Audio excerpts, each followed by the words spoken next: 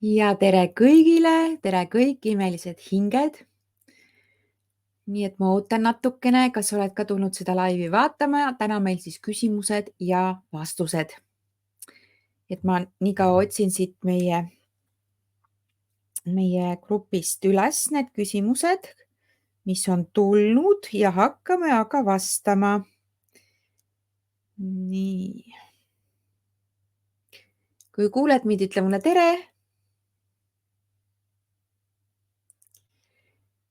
Et kes on tulnud otse, kui sa vaata tere, teretan ka tere, Mirje, tere. Väga tore. Nii, kohe otsin siit esile tõstetud postitustest on teie küsimused.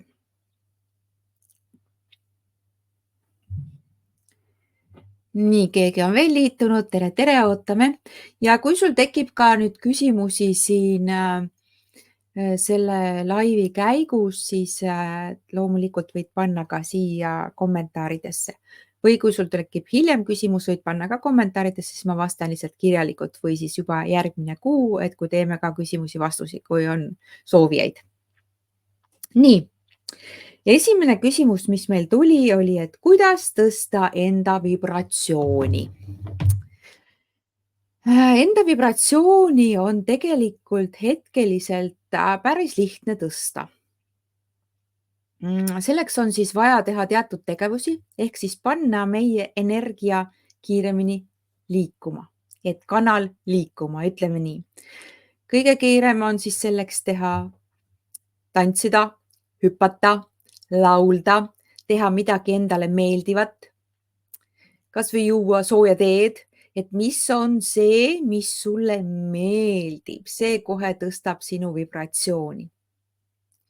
Kui me nüüd peame siin silmas üldist energiataset, ehk siis, et kui sa saadki aru, et su vibratsioon on kogu aeg madal, siis esimene asi, millele tähelepanu pöörata, on kindlasti, millisel sagedusel sa oled. Sellepärast, et me võime olla igasugusel sagedusel ja meil võib olla seal kõrge vibratsioon ja madal vibratsioon, ütleme niimoodi. Et kui sa oled mingil kõrgel sagedusel, siis see ei tähenda seda, et sul vibratsioon ei võiks olla madal. Näiteks kui sul on õhtuks kumm tühi, oled ennast täielikult üle töötanud või rihmaks tõmmanud, siis see ei tähenda, et su sagedus on madal. Sa võid olla näiteks väga kõrgel tänulikkuse või armastuse sagedusel omadega, aga vibratsiooniliselt oled lihtsalt väsinud ja kopp on ees. Ja samal ajal sa võid olla näiteks kannatuse sagedusel, hirmu sagedusel ja sel hirmu sagedusel võib siis vibratsioon olla väga kõrge, ehk siis hirmuga seotud vibratsioon väga kõrge. Üldises plaanis, kuidas siis oma vibratsiooni hoida, on see, et meil on vaja puhastada oma uskumuste süsteemi, oma energiat, et tulla ära sealt madalamatelt sagedustelt kõrgemale. Et seda on siis võimalik teha energiatööga, aga minul on siis eraldi täiesti kursus selleks vibratsioonlakke, et soovitan seda sulle ka. Et seal siis on see, et kus me tegeleme nii sageduse kui ka siis vibratsiooni tõstmisega, seal on audiod, mida kuulata, et see on siis kõige kiirem tee, kuidas oma vibratsiooni tõsta. Aga kui sa seda niisama igapäeva eluolu sees korraks teha tahad, tunned, et sa oled ikka täitsa läbi, siis tuleb ennast kokku võtta ja ennast liigutada. Hüpata hüppenööriga, hüpata niisama, laulda kõva häälega, tantsida, liigutada ennast, teha midagi enda jaoks toredat, minna jalutama, minna ujuma, minna duši alla, lasta vett omale pähe. Ka see siis aitab seda vibratsiooni sel hetkel tõsta. Aga kui üldine seisund on siis ohvrirolli poolne või kogu aeg on tass on pooltühi ja elu on ikkagi väga kehvakene tundub, siis on vaja tegeleda oma uskumussüsteemiga ja seda puhastada, muuta uskumusi, muuta energiat, neid blokeeringuid, segajaid, kõik energiast siis eemaldada, siis see on see tee, mis aitab meil vibratsiooni tõsta. Nii et ka siis kellegiga koos energiatööd teha või siis mingist programmist osa võtta, see ka kindlasti aitab siis koheselt vibratsiooni tõsta. Nii et vibratsioonlakke on siis muidu see kursus. Nii. Järgmine küsimus, mis on tulnud, on, et kuidas saada üle surmahirmust, lennuhirmust, mis nende hirmude taga peitub, et neid saaks vabastada? Nendest hirmudest on üsnagi, mina ütlen niimoodi, et üsnagi lihtne siis energiatöö abil vabaneda ja alati siis, kui sa siis teed kellegiga üks-ühele tööd või siis ka minul on hirmude programme, siis erineval moel, erineva nurga alt siis võib need võtta ja või kasutada siis ka paneelvundamendi esimest osa ja sinna see sisse panna ja tunnetada, et mida sa sellest tegelikult kardad, sest ega me ju ei karda surma ja me ei karda ka tegelikult lennata, sest et me ei tea, mis see lendamine üldse tähendab. Et kui me vaatleme lennuhirmu, siis me peame selgeks tegema, mida me seal kardame. Kas me kardame lennukiga alla kukkuda? Kas me kardame järjekordselt seda, et me saame surma? Kas me kardame kõrgust? Kas me kardame olla kinnises ruumis? Kas me kardame, et see õhurõhk on seal paha? Kas seal on paha hingata? Mida sa sealt kardad? Need hirmud tuleb kõik ära puhastada ja siis on kadunud ka lennuhirm. See on tegelikult nagu energiatöös üks lihtsamaid protsesse. Samamoodi surmaga, et kui sul on surmahirm, siis mida sa kardad? Kas sa kardad seda, mis tuleb edasi? Kas sa kardad seda, et ei tulegi midagi? Kas sa kardad seda, et see on valus? Kas sa kardad seda, et lähedased jäävad leinema? Kas sa kardad seda, et rohkem ei tulegi midagi ja kõik on läbi? Mis see on? See tuleb siis endale selgeks teha ja tehagi siis energiatööd sellega ja see puhastada see hirm oma energiast ja läinud tema ongi. Ma loodan, et see vastas sinu küsimusele, Marju. Nii et ja need on täiesti, sest hirm on meil väga ebaratsionaalne. See on siis meie enda selline kultiveeritud asi, millele me siis anname jõudu ja jõudu taha ja kui ta meie energias juba on kellegilt võetud, et siis tuleks tema sealt ka ära puhastada. Nii. Innalt siit, et mul on 2 küsimust, seekord väga isiklikud, nii et ma ei tea, kas nendele vastamisest on kellelegi teisele abi. Kas oleks minu emotsionaalsele ja vaimsele tervisele hea, kui ma lahutan oma abielu ja vahetan ka töökohta? See on väga hea küsimus kõikidele. See on väga hea küsimus kõikidele.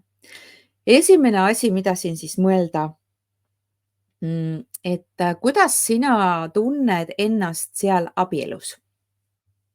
Kuidas see abielu paneb sind ennast tundma? Kui selles abielus ja kooselus on midagi, mis ei ole sulle okei, siis tuleks muidugi vaadelda, mis seal ümber toimub. Ehk siis, et vaadelda, kas sa ei oska oma piire seada, kas sul on kommunikatsioonis mingeid puudusi, et mis toimub selles abielus. Kui on piiride seadmisega kõik okei, räägitud on ka see, mis sobib, mis ei sobi, on ausalt ja valgelt lehelt alustatud, ehk siis me ei ole mänginud kedagi teist või teine inimene ka ei ole mänginud kedagi teist. Ja kui selgub, et mul ei ole tegelikult okei selle inimesega koos olla, siis tervisele ja vaimsele tervisele on kindlasti väga hea mitte selles suhtes edasi olla. Muidu on kõik okei, aga mees kogu aeg tööl. Väga huvitav. Kas see aeg, kui ta tööl ei ole, mida te siis teete? Kuidas on teie omavaheline kommunikatsioon? Ja jälgida siin, kas sina oled endale teinud sellest mingisuguse asja, sest me hakkame rääkima omale mingeid lugusid. Et tööl käimisel on alati siis 2 poolt. Kas ma räägin, et mu mees käib kogu aeg tööl? Mõtlen siis, ütleme nii, mitte ei pea rääkima. No lihtsalt sisemised mõtte, need mu mees käib kogu aeg tööl, see on õudne, ma olen kogu aeg üksi, ma ei saa temaga koos olla. Mis lugu sealt tuleb? Sest teine inimene seal kõrval võib rääkida lugu. Issand, mu mees käib kogu aeg tööl, ta toob raha, meil on nii hästi. Nii et mis see on, mis sulle ei sobi? Kas see, kui ta on 10-22 tööl, mõjutab su elu, igapäevaelu ja sinu väärtust nii palju, et see sulle ei sobi? Polegi koos aega midagi teha. Siis kas sa oled temaga rääkinud sellest, kas tal on võimalik muuta oma töökorraldust ja kas ta oleks seda üldse valmis tegema? Kas see on tema jaoks väljapääsmatu olukord, et ta peab käima 10-st 10-ni tööl? Ja see, kui ta on tõesti iga päev, ma mõtlen ka laupäev, pühapäev tõesti 10-st 10-ni tööl, siis on see väga imelik. Seal on siis väga suur error tema elus, mis ta teeb, sest inimesel peavad olema puhkepäevad. Kui sa ütled praegu, et ta käib tööpäevadel või vahetustega 10-st 10-ni tööl, aga teil on seal vahel mingisugused puhkepäevad. Et ta on ettevõtja. Okei. Et ettevõtja üks võtmekohti, kuidas ettevõte on edukas, ettevõtja peab saama aru, et ta peab endale võtma aega ettevõttes ka vähemalt 2 puhkepäeva nädalas. Sest muidu tema on hädas. Siin on siis nüüd sinu valikute küsimus ja millise pealkirja hinna sina paned sellele, et kas see on hea või kas see on negatiivne, et su mees on kogu aeg tööl. Kui sinu jaoks kooselu jaoks ei ole seal enam ruumi ja sinu mees ei tee seda sammu, et ta võtab endale mõned vabapäevad, siis see on sinu piiride seadmine ja kas see sobib sulle või ei sobi. Kas sa arvad, et kellegiga teisega võiks olla sul parem lootus koos olla, koos elada, sest alati, kuidas meie seda näeme, meie vaatenurk ja vaatenurka me võime muuta hetkega. Ja tema armastab oma tööd väga ja on öelnud, et teda ei väsita tööl olemine. Just. Nii et kas sa saaksid siit pidada maha ühe vestluse ja öelda, ma saan aru, et sa armastad väga oma tööd. Mulle väga meeldib, et sa armastad oma tööd, sellepärast see on jumala äge, sest näiteks mina armastan ka väga oma tööd, aga ma saan aru, et ma pean elama ka oma igapäevaelu. Mul on perekond. Mul on küll lapsed täiskasvanud, aga ja, et oma mehega koos olla. Et mul peavad olema seal sees vabad päevad. Kui nüüd selgub, et mees hindab siiski tööd rohkem ka kui sinuga koos olemist ja kooselu, vot siis on see jälle see koht, kus oleks vaja omavahel pidada üks tore jutuajamine ja arutada, kuidas siis on parem.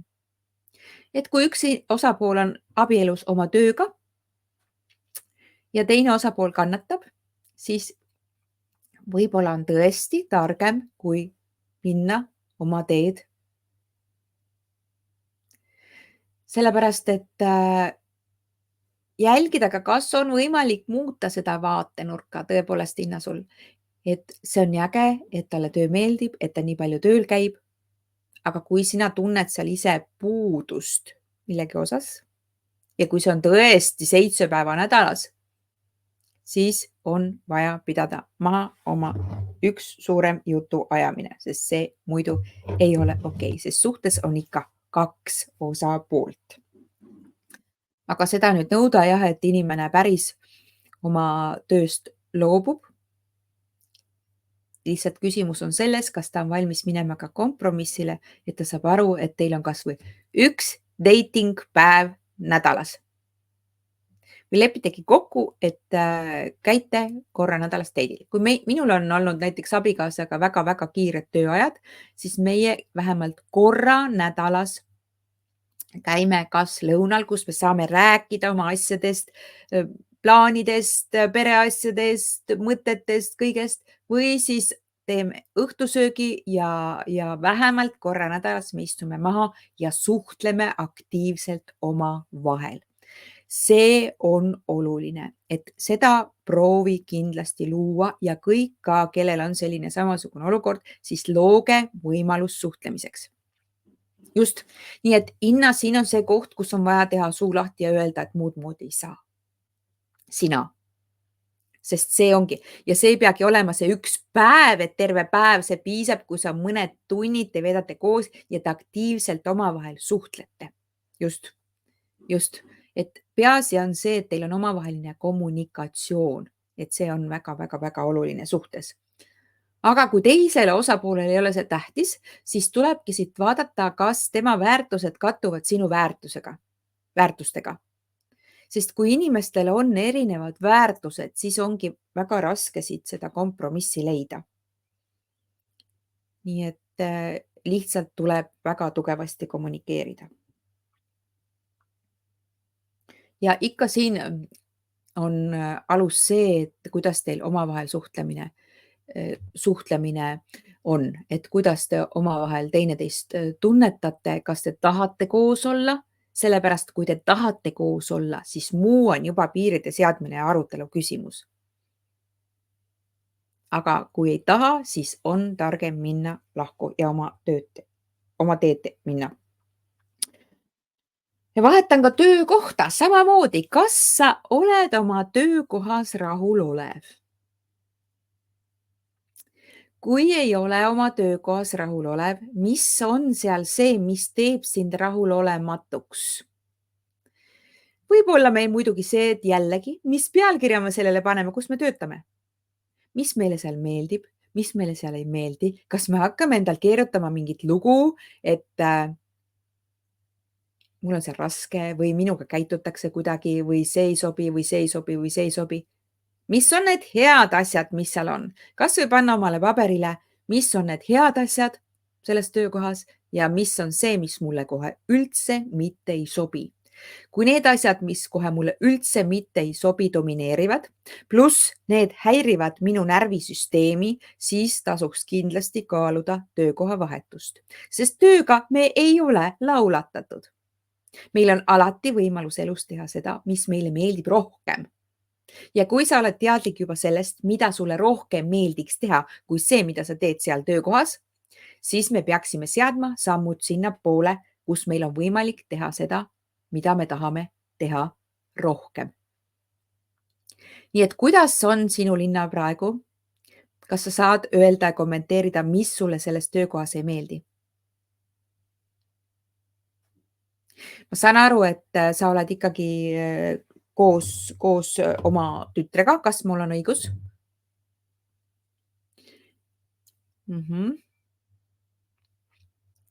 On häid asju ka palju, aga ma tunnen, kuidas mind esimest korda ei väärtustata. Siin on nüüd natukene selline asi, et selle väärtustamisega jälle, et selleks, et meid väärtustatakse, on punkt number 1, me peame ise ennast väärtustama.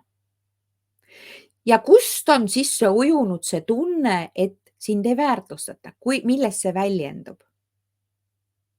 Sest kui sina ise tead oma väärtust, siis teised võivad ükskõik mida rääkida, ükskõik mida teha. See ei ole tõsi, sa tead seda, sa võtad seda naljaga, sa muigad selle peale, sa vaatad, okei, et sul on endal mingid jamad ajada, no okei. Et kus see väljendub, et sind ei väärtustata. Jah, mul on pigem sinu puhul hinnatunne see, et võib-olla ei ole kõige targem töötada nii lähedaselt koos oma lapsega. Seal on mingi imelik asi, nagu see oleks liig vist liig. Kas sul on vahel see tunne? Kas sul on vahel see tunne?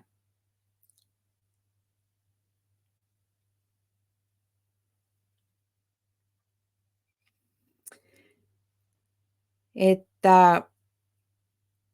vahel ei ole hea oma lastega koos töötada.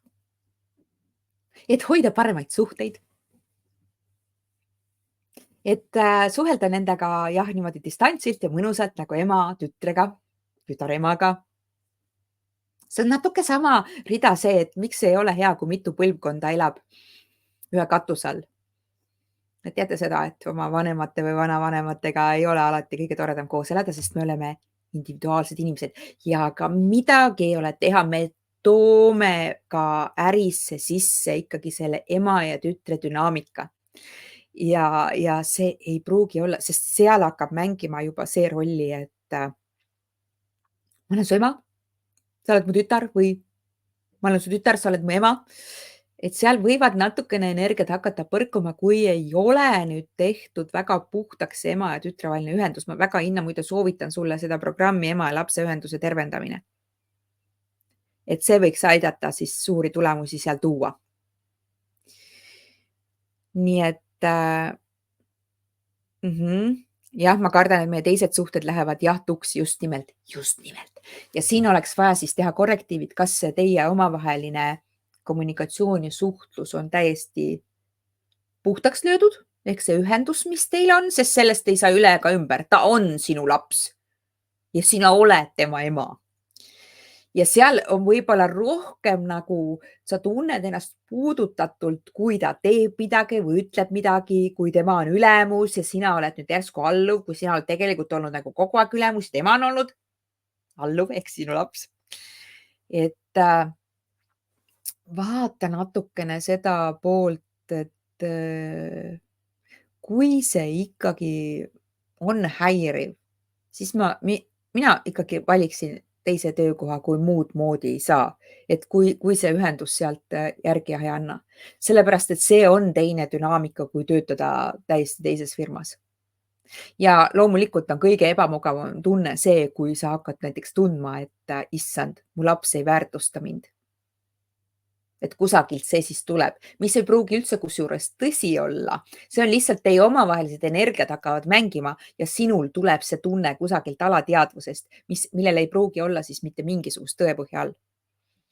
Õhtul ei valu, hinga rahulikult ja ma natuke liigutan siin energiat ka, kui ma räägin, nii et siin võib olla puhtalt asi sinu ja tema vahelises ühenduses, isegi mitte mingis väärtustamise teemas või selles firma teemas või töökoht, sest töökoht mulle iseenesest nagu tundub ikkagi lahe. Aga siin on teie omavaheline teema sees ja see on see, mis tuleks ära tervendada, kui sa tahad seal töökohas olla. Et see sulle lihtsalt endale ei hakka halba emotsiooni kogu aeg looma. Nii, Liisi, vastan sinu küsimusele ka varsti, ja. Nii, Mirje. Juba tükimat aega ärkan hommikuti kella 5-6 vahel ja uuesti magama ei jää. Vahepeal isegi veel varem. Kerge ärevus või muu selline tunne on ka sees kõhus. Miks? Kell näitab vahel ka niinimetatud inglinumbreid. Täna ärkasin kell 4:04 ja jäin küll uuesti magama, aga ärkasin taas umbes 5-6 paiku. Ja kohe võtame siit selle kassi osa ka. Mirje, minul on selline tunne, et kas sul on liiga valge toas? Selles suhtes, et nagu esimene info, mis sinu kohta siit tuleb, on see, et need ööd või sa tajud kuidagi, et väljas on nii valge ja sinu alateadvus on see, et kui meil on valge, siis meil on ju päev ja siis me ei tohiks magada. Ja seda enam, kui seal kella 4 aeg, 5-6 aeg hakkab juba päris valgemaks ja valgemaks minema, kuna meil aasta lõikes on siis ju ikkagi väga palju pimedat aega, siis see on sulle nagu mingi äratuskell. Niimoodi, et mina soovitaks siis hankida endale kas need silmakaitsed, millega magada ja proovi sellega, kas see on sinu jaoks piisav, et hoida sind pimedamas. Roloo on küll ees, jah, aga saame aru, et kui see ei ole nüüd pimendav roloo, et sul on kogu aeg ühtlaselt pime seal, kus sa magad, et kuidagi sul signaalid püüavad kinni selle, et väljas on ju valge nüüd ja nüüd peaks siis ärkama.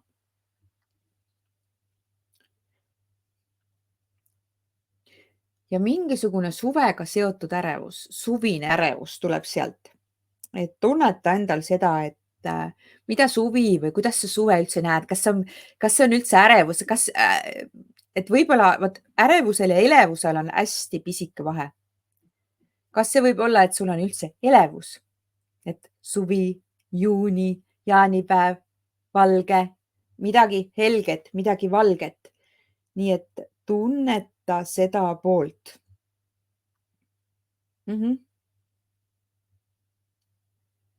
Ja et kas see algas sul siis, kui hakkasid ilmad minema või hakkas meil minema valgemaks ehk siis see juunikuusid just. Nii et mina soovitaksin praegu proovida, mis on need silmakatted, et natukene ka seda raskust võib-olla silmade peal hoida ja vaadata, kuidas siis magamine läheb. Nii et proovi seda. Ahah, ärevused suvi ja kohe läbi suvi ja et ei saa teha asju.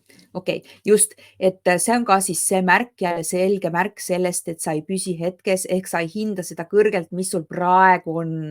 Sest et siis sa hakkad juba hirmuga ootama, et varsti saab see hea ju läbi ja see on see, mis ei võimalda meil hoida häid asju oma elus, sellepärast et sa oled sealt ise juba väljas.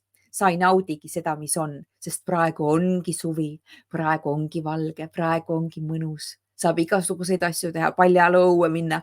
Et kui on kogu aeg see hirm, nii nagu koolilastel, et issand, see suvi on ju nii lühike ja mitte midagi ma teha ei jõua, siis ongi kogu see suvi rikutud. Et siin on vaja just, et hingata ja nautida seda hetke, mis sul on, ehk siis püsida hetkes, mitte hetkest välja minna. Nii et vaata seda poolt. Nii. Ja üks kass on kogu aeg minu toas, minu juures, magab minu kõrval ja päris järgi ka ei käi, kuid siiski tuleb kohe ligi, näiteks kui nutan. Miks? Sellega on see asi, et nagu ma olen öelnud, siis loomad on meile esimene see rindejoon, ütleme niimoodi. Kui meiega on midagi natukenegi kehvasti või me peaksime elus suunda muutma või meil on mingid terviseasjad, mida me endale loonud oleme, siis tavaliselt koduloom, eriti koerad ja kassid on siis need, kes võtavad esimese löögi endale. Ja tema tulebki siis energeetiliselt sind sinna toetama. Kui meil on nüüd mingid suuremad tervisejamad või asjad, siis võivad ka kassid, koerad meil päris haigeks jääda, nendega võib mingisuguseid õnnetusi juhtuda või täitsa tekkida mingisugused kasvajad või mingisugused asjad, sest kass ja koer võtavad siis sinu energiast, üritavad sind päästa, sest nemad on see esimene rinne. Esimene märk siis ka seda. Nii et kui see kass tuleb sinu juurde, siis võta ta rahulikult vastu, tema aitab sinu energiat tasakaalustada ja puhastada ja on sulle seal väga suureks toeks. Ja samal ajal siis märgata, mis su elus toimub, mida sa võiksid muuta, mida teisiti teha, mida su keha räägib, mida su keha tunneb, kas midagi on viltu, millele tähelepanu pöörata, mida sa parasjagu oma elus lood. Või nagu siis ongi see, et mul on praegu ärevus, et suvi ongi juba läbi ja midagi teha ei jõua, siis see on see, mida kass tuleb kohe, et rahune, lõpeta, tule siia tagasi, mõtle rahulikult ümber, vaatle seda olukorda. Nii et loomad tulevad meid alati toetama, nii et koduloom on esimene rinne, kui midagi on valesti. Võtab selle enda peale energeetiliselt, et seda siis meeles pidada. Nii et loomad on selles mõttes väga armsad ja toredad, aga märka jah, et kui nendega midagi toimub või midagi juhtub, siis asi on kindlasti perenaises või peremehes, mitte selles loomas. Nii, Leena küsib, kuidas saada lahti vanadest mustritest, et olla täielikus neutraalsuses ja saada tagasi tasakaal oma elus? Nii, mustrid. Mustrid on siis erinevad, et kui siin on nüüd silmas peetud siis perekonnamustreid ehk siis, mis jooksevad põlvkondadest põlvkondadesse, siis mina muud varianti nendes katkestamisel ei näe, kui energiatööd tehes, sellega siis võimalik seanssi teha või siis mul on programm ka perekonnamustrite katkestamise meistriklass, et sellega siis teha tööd. Teine pool on siis see, et kui sa märkad mustrit mingites asjades, mingisugustes tegevustes, siis tuleb vaadata otsa oma uskumuste süsteemile ehk kui sa lähed siis silmusesse ehk see luup, et sa kogu aeg kordad mingeid asju oma elus, kas mingid suhete osas, töö osas, raha osas, jama osas. Et siis sa oled sattunud siis sellisse nagu lõksu. See on nagu lasso, et sa keerutad nagu orav, käid sa rattas ühte sedasama mustrit kordad ja kordad, siis tuleb teha energiatööd, vaadata oma uskumused läbi, mis teemast need esile tulevad, puhastada need energiast ja siis on võimalik saavutada see tasakaal. Ja tulla siis neutraalsusesse tagasi. Nii et siin peaks olema siis rohkem infot selle kohta, et mis mustritest käib jutt ja et millega need mustrid on seotud ja vaadata konkreetselt, mis energia seal taga on. Aga lahti saab neist siis oma uskumusi muutes, oma energiat muutes, energiat puhastades ja vahel ka siis otsuse kaudu, aga see peab olema siis energeetiline otsus, ehk seal peab olema suur power taga. Nii et tavaliselt seda juhtub siis, kui inimene on viidud viimase piirini. Et siis ta teeb mingisuguse otsuse, millel on energia taga või siis mingist positiivsest kogemusest tehtud otsus, et voh, ma tahangi seda kogeda, ma tahan, et see jätkub ja siis ma teen sealt otsuse. Aga see on jah, täielikult siis tehtav. Nii et kui on soovi, siis võin juhendada ja alustada soovitan ikka siis vundamentuskumuste korda tegemisest, ehk siis mis on kõikide asjade alus. Et mille peale me saame siis ehitada oma uskumuste süsteemi üles.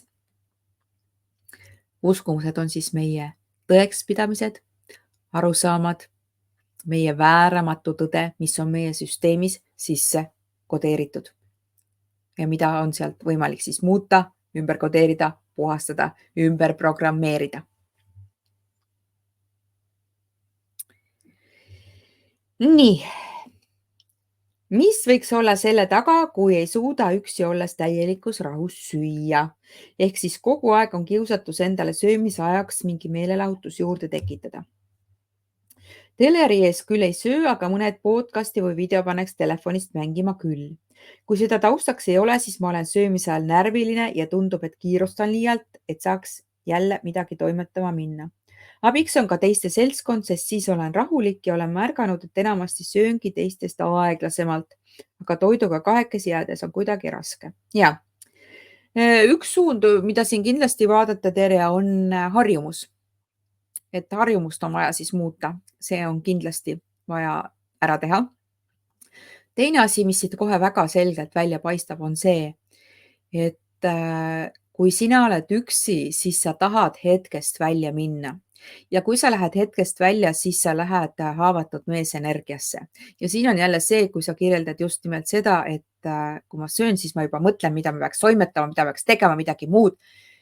Ja väga tugevasti paistab selline energia, et üksi olles ma nagu ei tohi nautida või ma ei saa nautida. Sest kui me toitu sööme ja kui me oleme hetkes, siis me peaksime nautima iga suutäit, kogema seda maitset, kuidas me seda hammustame, milline on selle toidu tekstuur, kas see teeb meile head, kas see meile meeldib, kui palju me üldse süüa tahame, millal on stopp, et me lõpetame söömise. Et see on täiesti puudulik ja nii huvitav on siin see, et kui sa oled seltskonnas, siis nagu seltskonnas nautida on okei. Seal sa oled rahulik ja sööd ja kõik on siin ümber, aga vot nagu üksi olles ja iseendaga olles ei tohiks nautida ja rahulikult võtta. Et nagu üksi olles peaks kogu aeg midagi tegema ja endast minema sõitma siis energeetiliselt. Nii et tegele palun nende pooltega ja kui sa sööd, siis teadlikult ka esialgu koge seda maitset, naudi seda toitu ja ole tänulik selle toidu eest, mida sa oma kehale annad. Nii, Ülle kirjutab, et kahjuks mul sama olukord just viimastel aastatel. Ma tahan täita end samal ajal infoga, kui on vaja keskenduda toidule ja kehale. Ma tegelikult saan aru, et lõpuni tundmata emotsioonid. Et just siin on ka siis pool see, et on millegi muuga vaja siis ennast segada, et mitte olla enda keskmes ja mitte kogeda just seda, mida ma praeguses hetkes teen. Nii et teadlikult tuua ennast siis tagasi ja vaadelda, miks ei ole okei üksinda toitu nautida, miks ei ole okei üksinda naudingut kogeda. Ja Ülle puhul on siis natuke teine joon siit, et just see info täistoppimise, see, et mida ma püüan siis vältida, mis emotsioone ma siis ei taha tunda tõepoolest. Ja natuke siis ka vaataks siit veel tööga seotud uskumusi, et kogu aeg peab nagu tööd tegema, et ka nagu üksi olles, et ma pean kogu aeg tööd tegema. Et vaatle seda poolt ka kindlasti endal, Terje. Nii. Sest ülioluline on see, et sa oma kehale teadvustad, et nüüd keha kallis, ma annan sulle head toitu. Tegeleme sellega koos. Närime, kogeme, tunnetame, maitseme. Nii et proovi seda. Nii, Liisi küsis, tere, minul on mure kõriga justkui kilpnääre sümptomid, aga arsti sõnul on asi emotsioonidega. Vahel täitsa hing kinni ja olen end kogu aeg isoleerinud, ei ole kedagi kellega sügavatel teemadel rääkida, ei oska end aidata selle kõigega, toetan keha vitamiinide looduslike vahenditega, aga ei näi paremaks midagi minevat. Jah, see on siis tavaline selline emotsionaalne pool, kus meil hakkab ärevus kerima. Ja ärevus siis paneb kurgu kinni, pluss on siis rääkimata asjad, välja ütlemata asjad, enda selge väljendamine, lapsepõlve teemad. Ja ärevus on meil siis alati seotud siis muretsemisega, mis tuleb.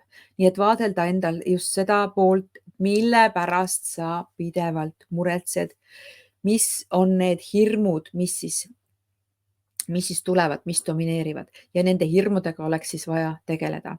Nii et paneel vundament, tegeleda oma põhiuskumustega ja see lahustub ära, sest see on täiesti tavaline, kui meil on see ärevuse foon väga kõrge, siis kõigepealt läheb meie kõri kinni ja meil on raske hingata ja meie elujõud ja meie isiklikku jõudu me üldse ei koge. Ja ma ütlen veel kord, et see on siis alateadlik ja see on sinu uskumuste süsteemiga seotud, nii et kellegagi sügavatel teemadel rääkida ei pruugigi anda sellist tulemust. Ja loomulikult on hea, kui me saame kellegiga midagi jagada, aga see ei võta siis ära seda blokeeringut sinu energiast. Nii et siin on vaja tegeleda iseendaga, iseenda uskumussüsteemiga, vaadelda oma emotsioone ja vaadelda, mis on selle kerkiva ärevuse fooni taga. Millised hirmud, millised muretsemised, kuidas sa seda maailma koged. Nii et see oleks siit lahendus. Nii. Mirje kirjutab veel, et küsiks ühe veel, et mul on ammust aega parema käe pöidla välisküljel mingi tüüka moodi asi, et kui ära lõigata, siis tuleb tagasi ja mingeid õlisid olen proovinud, aga ei ole ära seda võtnud. Mis see on? Ja üldiselt keha peale tulevad meil kõik asjad, mis on siis seotud väliste ärritajatega. Et vaadelda võib-olla, mis sind elus ärritab, mis inimesed need on, kes nad on, mis olukorrad sind ärritavad, aga et nüüd seda konkreetset asja vaadata, siis peaks tegema seanssi, et vaadata, mis on selle konkreetse tüüka taga ja miks ta tagasi tuleb. Sest seal alati on need põhjused olemas. Ja vaadelda seda ka, et millised inimesed näiteks tunduvad sulle väga tüütud, kas su elus on mitmeid tüütuid inimesi, et natukene sellist energiat annab sealt praegu välja. Nii, ja ma otsin, meil oli üks küsimus veel tegelikult, mis oli tulnud mulle küsiti eile kaardide võtmise laivi ajal. Ma kohe otsin selle üles. Ja just, et Mirje nendele tüütutele inimestele ka saata enda poolt armastust. Et see võib ka anda tulemusi. Et ei tule keha peale nii palju neid asju. Nii, ma katsun, kas ma leian.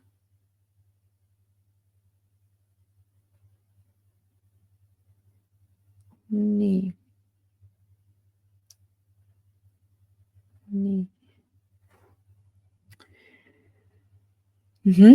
Ene kirjutas, et vaatasin järele, see on siis eilse laivi kohta. Tahan jagada midagi unenägudest, seal me rääkisime unenägudest. Kui sa pole näinud, siis vaata veel energiaterapeut Ilona Sibolt lehel, eile oli kaardid tõmbamise laiv ja seal me rääkisime unenägudest. Mina olen alati palju unenägusid näinud ja on asju, mille nägemine minu jaoks on tähenduslik. Viimastel aastatel näen aga mõnesid unenägusid eriti selgelt ja mulle antakse nende kaudu märguandeid. Umbes kuu tagasi nägin unes, et seisin ja minu ümberringis olid mingid maavälised olendid. Mitte küll skafandrites, aga ma teadsin, et nad pole siit. Üks neist tuli minu juurde ringi ja ma küsisin temalt julgelt ning isegi pisut kokteerivalt, et kas nad võtavad nüüd mu kaasa. Ta vastas jaa ning suudles mind. Hommikul ärgates ajas see uni mind naerma, aga ainult seni, kuni läksin aeda ja me magamistoa akna all eelmisel päeval niidetud murus oli 2 ringi, sügavalt murusse surutud madalamal mullapinnast. Need ringid püsisid eelmise nädalani, kuni mees sinna uue muru siirdas. Minus on kahtlus, et see polnudki uni ja ringis seises hakkas mul iiveldama ning kogu aeg kaldusin ettepoole. Ja oleks teada, mida sina, Arma, sina tunnetad või arvad selle kohta?